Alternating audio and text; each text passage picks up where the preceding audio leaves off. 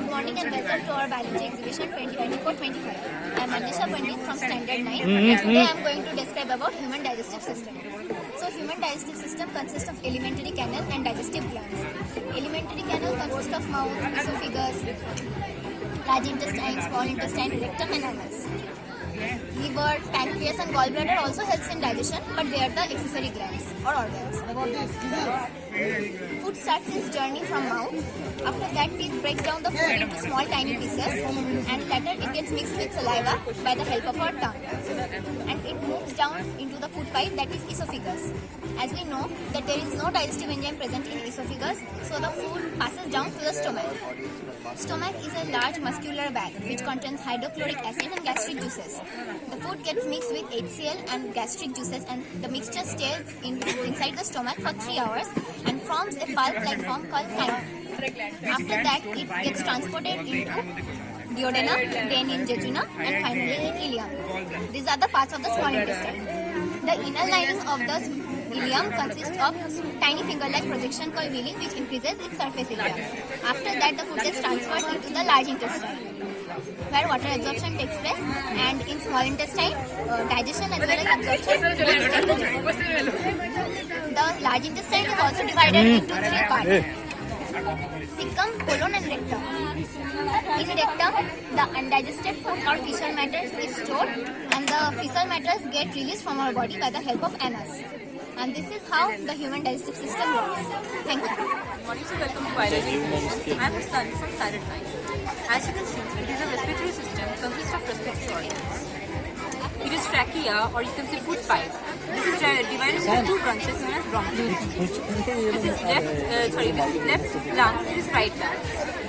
When we inhale, the air goes through the trachea to each lung by the help of bronchioles. Within the lungs, the bronchioles are divided into tiny air sacs which are known as alveoli. After this, the oxygenated blood enters the alveoli liquid and in the blood, in capillaries. The oxygenated blood rejoins together to form pulmonary vessels. These pulmonary vessels travel from the lungs to the heart. The heart pours the blood, oxygenated blood, to whole body parts. In the lower portion of the lungs, there is a dome-shaped muscle that relaxes and moves forward. When it moves forward, leading the chest cavity more smaller, due to which the pressure in lungs is inferior. For this reason, the lungs pour out the carbon dioxide through trachea.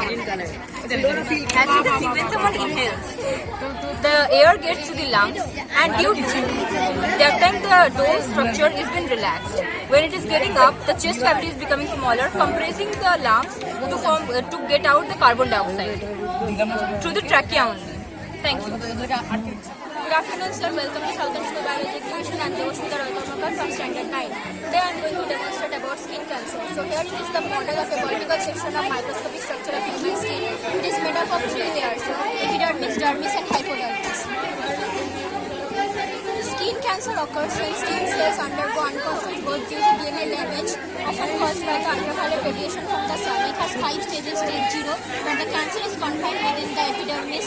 Stage 1, small tumor is seen. Stage 2, large tumor greater than 2 mm is seen. Stage 4, stage 3, where the cancer spread to distant surrounding tissues, and stage 4, where the cancer spread to distant organs. Cancer can be treated by chemotherapy or radiotherapy. To prevent skin cancer,